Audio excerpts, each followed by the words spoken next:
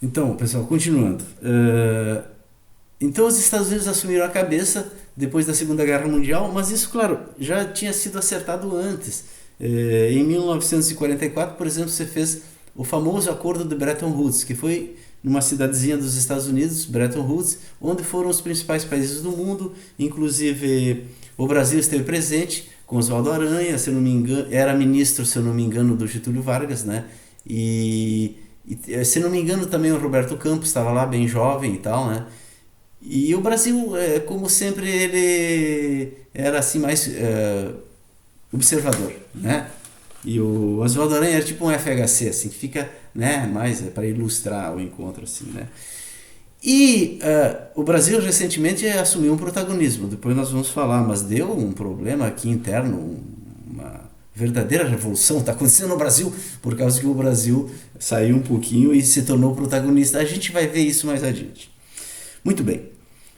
Mas lá em Bretton Woods se decidiu coisas que na verdade já estavam decididas, né? Porque quem mais opinou ali foi o Keynes da Inglaterra e os economistas dos Estados Unidos. A França, ela na verdade não estava com muita voz, porque ela venceu a guerra, mas na verdade quem venceu foi a Inglaterra e os Estados Unidos, né? Porque a França foi rapidinho. O Hitler pegou ela de surpresa, passou, achou um buraco naquela linha, imaginou que protegia da Alemanha e também protegia a França da Itália. Ali tinha a linha alpina também, né? Ou linha Maginot, às vezes o pessoal chama linha Maginot, todas as vezes chama linha alpina, enfim.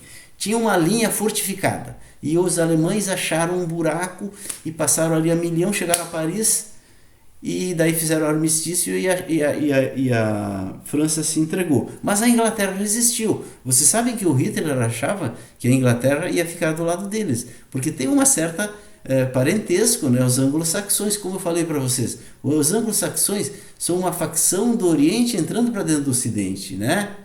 E ele achou que o inglês ia ficar do lado deles, mas o inglês já era muito ocidental. Ele, né? A Inglaterra resistiu em defesa do Ocidente ali e depois veio os Estados Unidos e conseguiram vencer esses selvagens que vêm lá do Oriente querendo nos dominar, né? E comer nossas criancinhas ainda por cima. Enfim, daí no acordo do Bretton Woods, os Estados Unidos é quem mandou, na verdade. A Inglaterra tinha o Keynes. O que foi o acordo do Bretton Woods? O acordo de Bretton Woods, ele deu o fim ao laissez-faire, ou seja, pessoal, o laissez-faire não funciona, é um monte de países um brigando com o outro, não funciona, vamos botar uma ordem, vamos fazer uma moeda internacional e nessa moeda todas as moedas vão estar vinculadas. O Keynes queria que fosse uma moeda cunhada por uma instituição tipo FMI, e foi criado lá em Bretton Woods o BIRD, né? E que depois ele se dividiu, fez o FMI e o Banco Mundial. Mas o BIRD, então, o Keynes queria que fosse essa instituição que emitisse uma moeda internacional. E os Estados Unidos não concordou, ele quis que fosse o dólar. Por que, pessoal, dessa disputa? Porque quem emite a moeda internacional tem como diziam os franceses, privilégio exorbitante. Ele tem o privilégio de, com a sua moeda, comprar o mundo.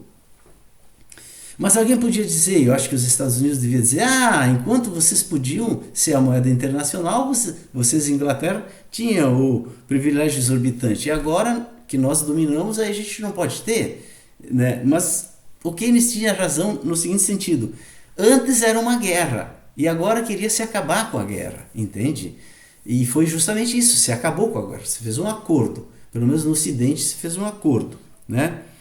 Vai ter aqui um cacicão, que é o cacicão lá dos Estados Unidos, com o Big Stick na mão. O Big Stick é aquele taco do beisebol, né? Porque o Roosevelt dizia assim, que a política dos Estados Unidos, né, é a do Big Stick. Ele sai pelo mundo, conversa com todo mundo e a gente se acerta. Mas se não haver acerto, a gente dá uma cacetada na cabeça, com aquele Big Stick, na nossa cabeça, naturalmente. Então ficou o cacicão aqui e ele botou o mundo em ordem. Por exemplo, ele pegou aquele lado selvagem que vem lá do Oriente, que vem sempre querendo entrar, e ele castrou. Ele castrou o Japão, como eu já falei para vocês, e ele castrou a Alemanha. Tanto que a Alemanha ela nunca mais teve essas... Ela poderia, por exemplo, ter colocado o marco como uma alternativa ao dólar. recentemente, e ela nunca quis, né, se armar muito também e tal. E como aconteceu com os eunucos, quando tu castra, né, eles canalizam a energia, eles sublimam, né, eles transformam em sublime aquela coisa selvagem, como aconteceu com os eunucos na China, eu falei para vocês, né, que eram os capitães dos navios e tal. E os alemães sublimaram, tanto é assim que eles dominaram a Europa, mas de uma maneira, agora, uma maneira civilizada, porque hoje na União Europeia eles é que comandam, certo? Muito bem. E de qualquer maneira os Estados Unidos então pacificou o mundo, né? E eles insistiram que o dólar fosse a moeda internacional. Só que daí se estabeleceu o seguinte, que ia ter um limite para esse privilégio exorbitante. Qual é que era o limite? Os Estados Unidos garantiriam que o dólar teria uma ligação com ouro, né? Seria assim, $1 vai valer mais ou menos 1 grama de ouro. Mais ou menos era isso. Era $35 para 1 onça de ouro. A onça tem 31 gramas, então era mais ou menos isso. Por que isso impedia? Porque se os Estados Unidos emitissem muito dólar, o que ia acontecer? Ele ia perder valor. Ele não ia conseguir garantir. Aí o cara chegava aqui com $1 e dizia $1.000, me dá 1.000 gramas de ouro. Só que o ouro já valeria mais no mercado paralelo, entende? Como veio de fato acontecer mais adiante. Bom, mas durante muito tempo funcionou. Só que o que acontece, pessoal? Imagina assim, hoje 1 grama de ouro vale $50, $60. Como é que os Estados Unidos iria conseguir segurar isso? É muito difícil, né, pessoal? Mas naquele tempo eles acharam que seria possível, né? Por quê que é difícil? Porque se tu tem a moeda internacional, ela vai sair pelo mundo todo, né? Por exemplo, eu vou aqui em Porto Alegre e compro dólar. Quando o Fed lá emitiu esse dólar, ele não tem como dizer, não vai para Porto Alegre, porque a gente chama, ele vem, é uma moeda internacional, tem demanda no mundo todo. Acaba daí faltando moeda nos Estados Unidos. O que acontece quando falta moeda nos Estados Unidos?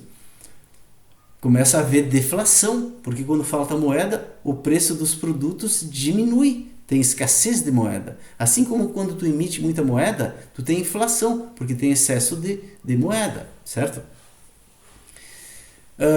Então o Fed se obriga a emitir moeda. Só que essa moeda emitida pelo Fed é sim receita dos Estados Unidos. Tem gente que diz, não, quando tu cria moeda, tu não cria riqueza. Não é bem assim. Quando eu tratar num vídeo específico sobre a moeda, que é um assunto hoje discutidíssimo no mundo e muitíssimo interessante, eu vou explicar para vocês como não é bem assim que a coisa funciona, né? Quando tu emite moeda, tu cria sim riqueza. Pode ser que no todo não, mas aí tu tira a riqueza de quem tem a tua moeda na mão e ela vem para ti. Não necessariamente. Pode ser que ninguém perca. Alguns ganhem e ninguém perca também, tá?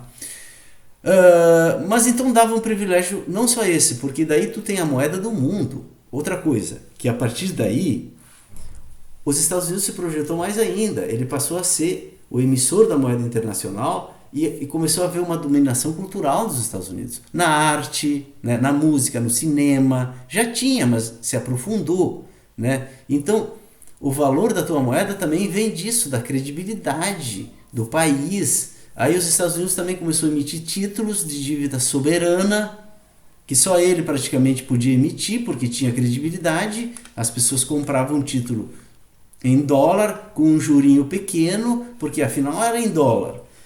E isso era dinheiro que ia para os Estados Unidos para ele complementar o orçamento, né? E os dólares também complementavam o orçamento, porque ele tinha um grande gasto de guerra também, né? E se justificava, eu sou xerife do mundo, eu que segurei aqueles caras lá. E agora ainda tem, eles estão lá, tem, né, os comunistas, que são também no Oriente, aqueles caras que querem vir aqui nos dominar e inclusive comer nossas criancinhas. E tem também a China, mas a China, coitada, tá lá miserável naquele tempo, né? Então os Estados Unidos também vendiam isso. Eu que defendo a família, porque aqueles caras querem vir aqui acabar com a família, acabar com a propriedade privada, acabar com tudo, né? Então era uma dominação cultural. Então o dólar ele se ancorava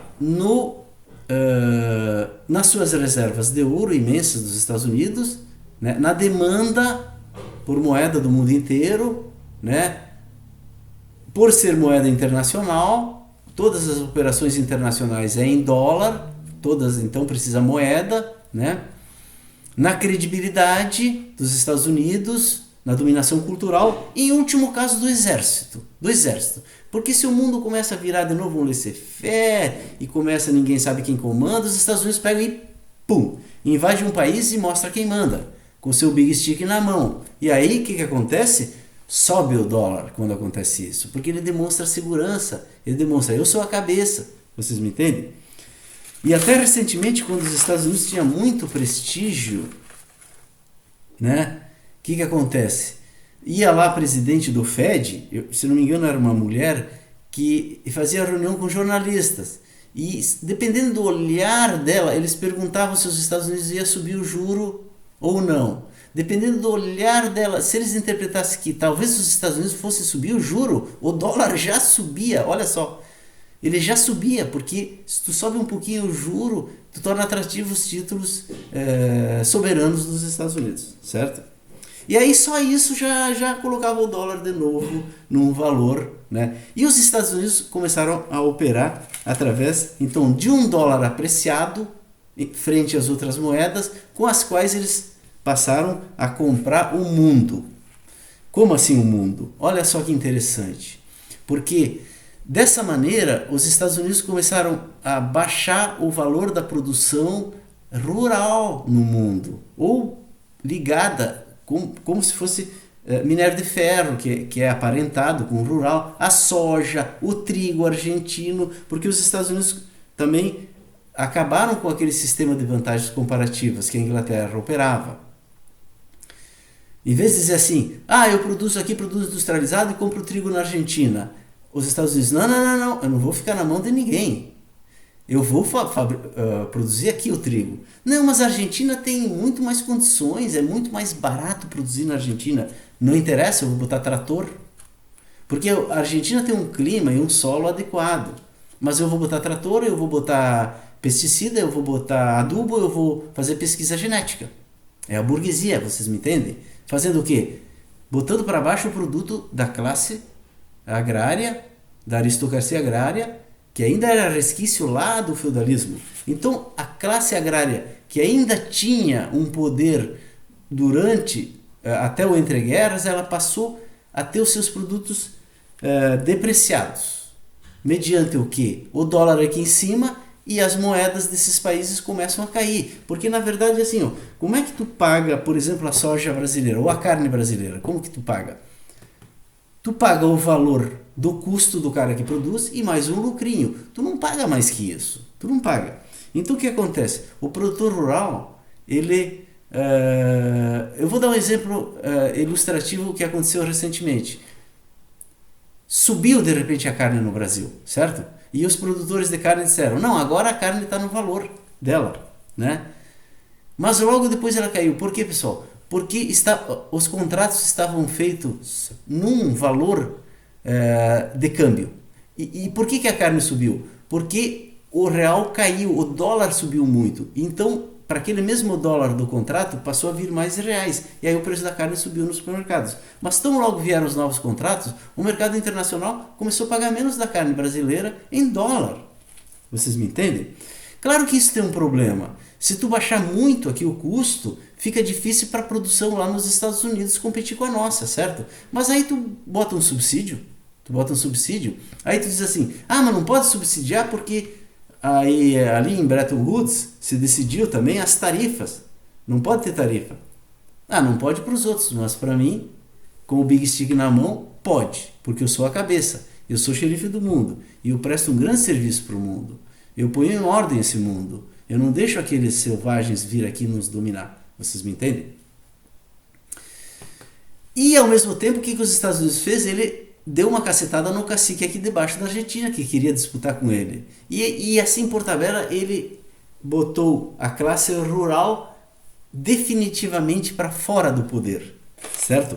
Porque a classe rural, ela se diz assim, um Jesus Cristo, né? Em certo sentido é verdade. Porque o cara dá uma safra ruim, ele diz assim, foi ruim, mas deu para pagar os custos. Aí no ano seguinte chove, tudo dá certo. Aí diz, agora eu vou, né, forrar o poncho, né? E não consegue porque caiu o preço. Porque na verdade o mercado paga, na verdade, o suficiente para ele continuar. Esse novo sistema liderado pelos Estados Unidos passou a espremer a aristocracia rural, vocês me entendem? E ele espremeu de várias maneiras, também botando máquina, ele diminuiu imensamente os custos e espremeu, né? Claro que às vezes assim, não é só a gente que produz soja. Então se, por exemplo, tem uma super safra no Brasil, mas nos Estados Unidos quebra, bom, aí claro que vai subir a tua produção. Mas normalmente os Estados Unidos preferem subsidiar lá o produtor do que pagar muito caro para o produto que ele compra. Porque os Estados Unidos é assim, ó, ele produz praticamente tudo. Inclusive hoje petróleo, ele é um dos maiores, se não é o maior produtor de petróleo do mundo. Só que a sede dele é muito grande, ele precisa daquilo e muito mais. Então ele precisa da produção de fora dos Estados Unidos também.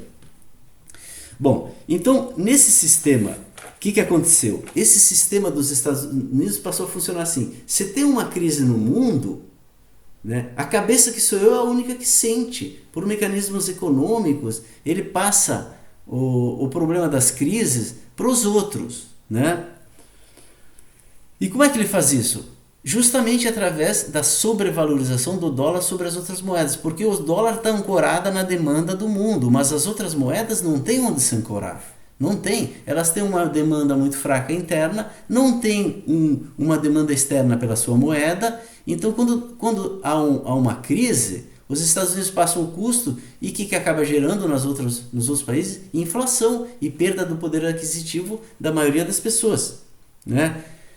Bom, isso a gente vai ver com mais clareza quando nós tratarmos de quando esse sistema ele começou a apresentar problemas, que foi aí por 1970 do século passado, que vai ser o assunto do próximo vídeo. Até lá, pessoal. Eu vou fazer ele agora, imediatamente, quando eu encontrar aqui o mouse para desligar.